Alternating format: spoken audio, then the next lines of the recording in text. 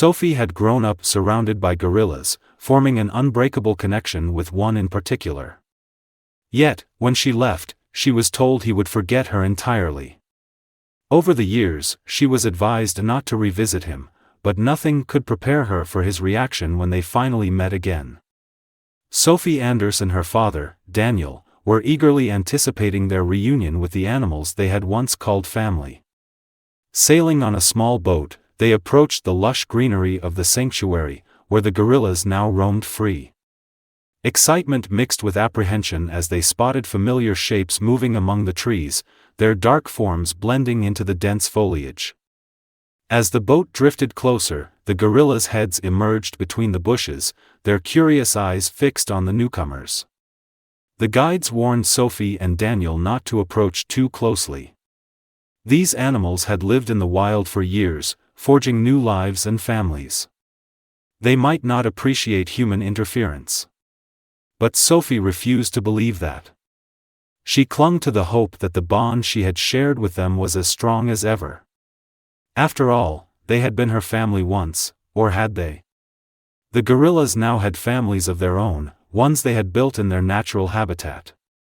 Approaching them was considered risky, but Sophie's heart wouldn't allow her to turn back.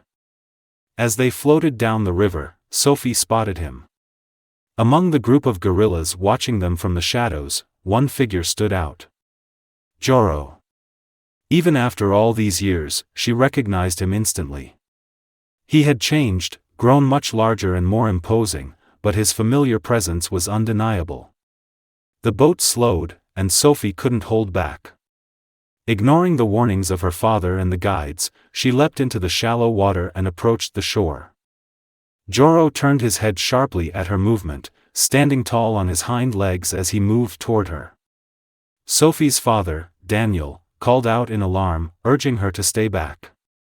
The guides froze, whispering their protests, but there was no stopping her now.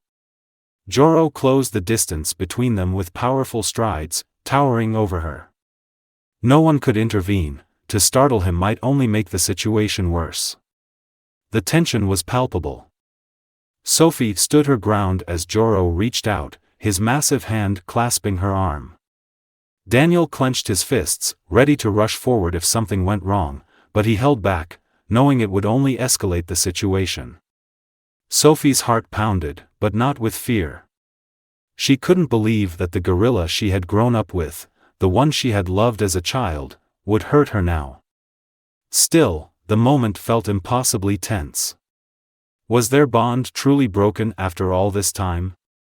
The story of Sophie and Joro's extraordinary friendship had begun years ago, shaped by Daniel's mission to protect endangered animals. As the founder of the Anders Conservation Foundation, Daniel dedicated his life to rescuing gorillas from dire circumstances and returning them to the wild whenever possible. For those that couldn't be released, they were cared for at the Anders Wildlife Sanctuary, a sprawling haven on the edge of a forest reserve. Sophie and her siblings had spent their childhood in this sanctuary, growing up amidst the animals. For them, it was a magical world where the lines between humans and wildlife blurred. When Sophie was just a year old, Joro, a young gorilla, arrived at the sanctuary. His family had been killed by poachers, and he bore physical and emotional scars.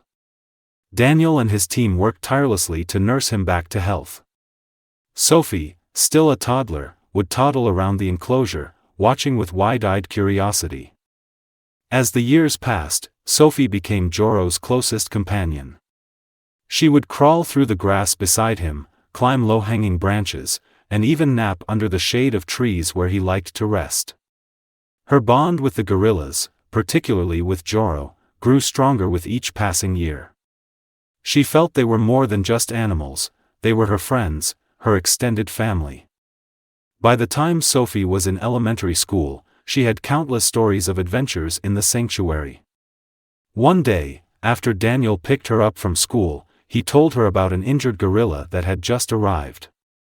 Sophie didn't know it yet, but this new chapter in their lives would be the beginning of something extraordinary. Sophie had just returned from school, her backpack slung over one shoulder, when Daniel greeted her at the door with an unusually wide grin. "I've got a surprise for you," he said, his excitement barely contained. Sophie's curiosity grew as they made their way to the living room. There, nestled in a cozy corner, was a tiny baby gorilla with wide, searching eyes. His name was Joro, and he had a tragic story. His mother had been killed by poachers, leaving him an orphan, unable to survive in the wild on his own. Joro was so small and fragile that the team at the wildlife sanctuary had decided he needed round-the-clock care. Sophie's heart melted instantly. At only 8 years old, she was already known for her love of animals, and now she had the chance to help care for one. She took on her new role with determination, feeding Joro his formula, soothing him when he cried, and making sure he felt safe. For the first time, Sophie experienced what it felt like to truly nurture another living being. But Joro was no ordinary sibling. He grew faster than any human child, and within months, he was climbing furniture and becoming too large for the house.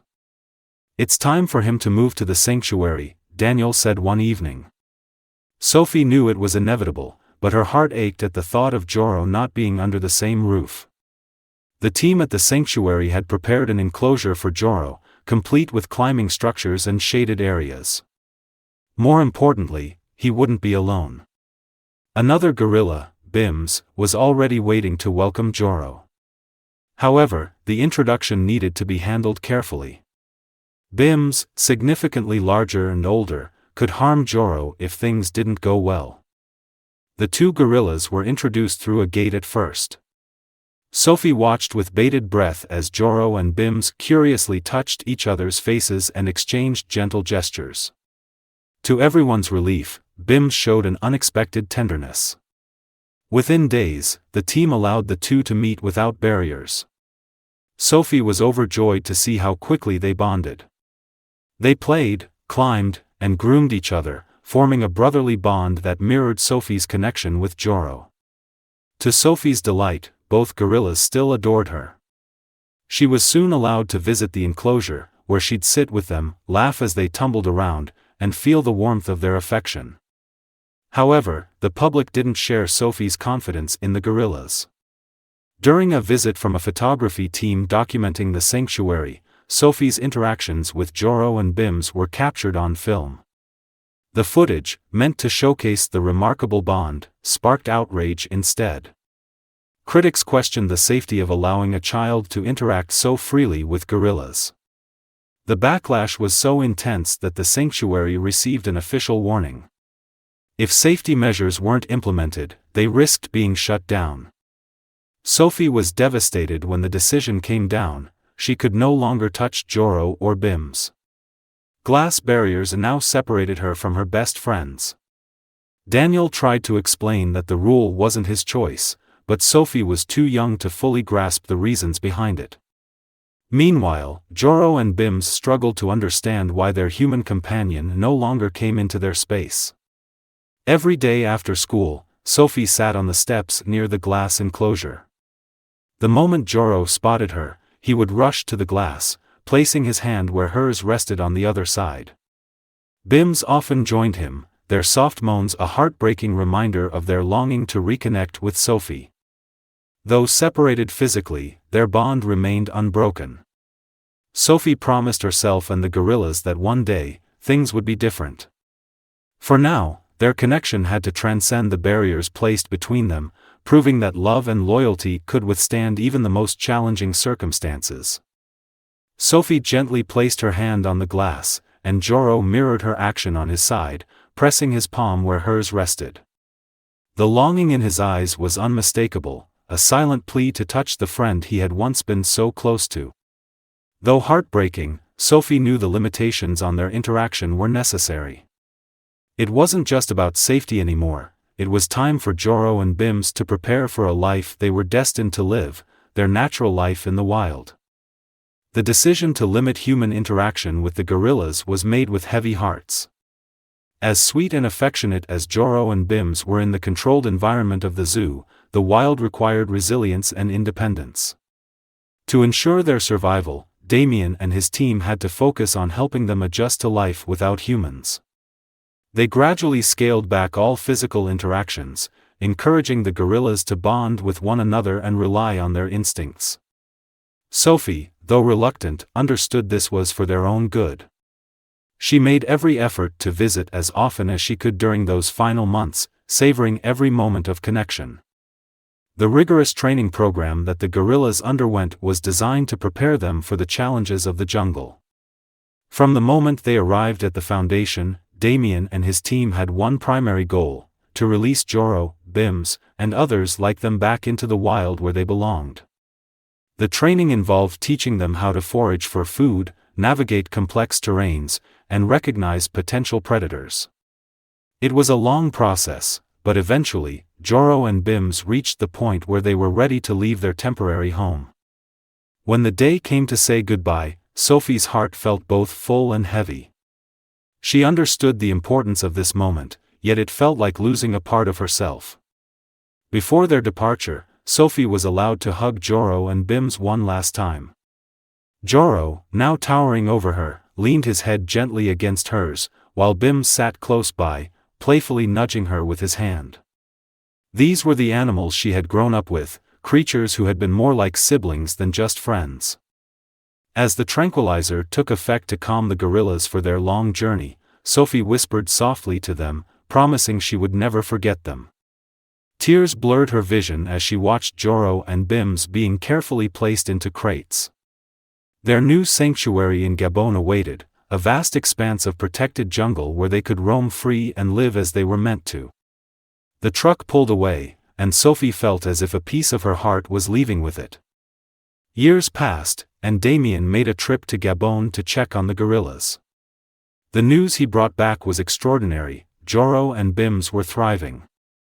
They had integrated seamlessly into a family group, living completely wild and independent lives. Seeing the photos of Joro and Bims surrounded by other gorillas brought Sophie a deep sense of pride.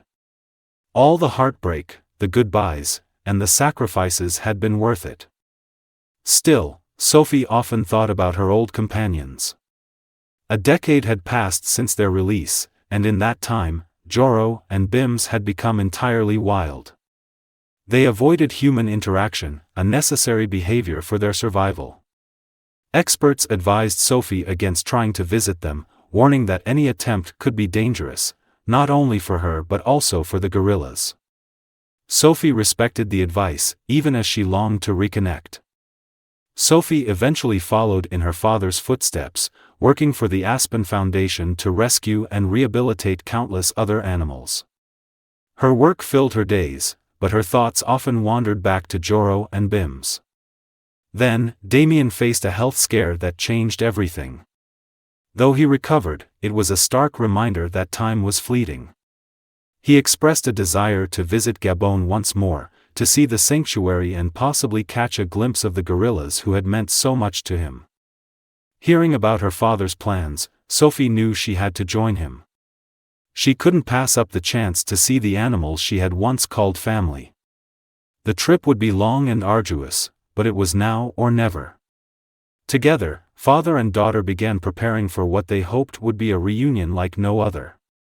Sophie couldn't stop wondering how Joro and Bims had turned out. For her, the chance to see them again wasn't just about curiosity, it was about reconnecting with two beings she had loved and cared for like family. Many had warned her against the idea, claiming that the gorillas wouldn't remember her after nearly 20 years. They had grown, adapted, and thrived in the wild. People told her it would only lead to disappointment, that they were no longer the same gorillas she had once known. But Sophie refused to listen. She couldn't let her father, Daniel, take this trip alone, and she needed to see for herself what had become of her childhood companions. Daniel, understanding Sophie's determination better than anyone, agreed to take her along. He knew this wasn't just about seeing Joro and Bims, it was about closure, about witnessing the life their foundation had worked so hard to give the gorillas. Together, they embarked on a journey that promised hope, even if it carried a tinge of uncertainty. Their first destination was Gabon, the lush country where the sanctuary had released Joro and Bims years ago. The flight marked the start of a long and arduous expedition. To reach the area where the gorillas now roamed, they had to travel by rugged off-road vehicles deep into the forest until they arrived at a modest base camp.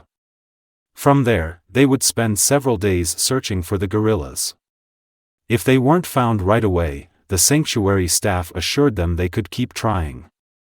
The next leg of their journey required a boat ride down a winding river surrounded by dense, towering foliage.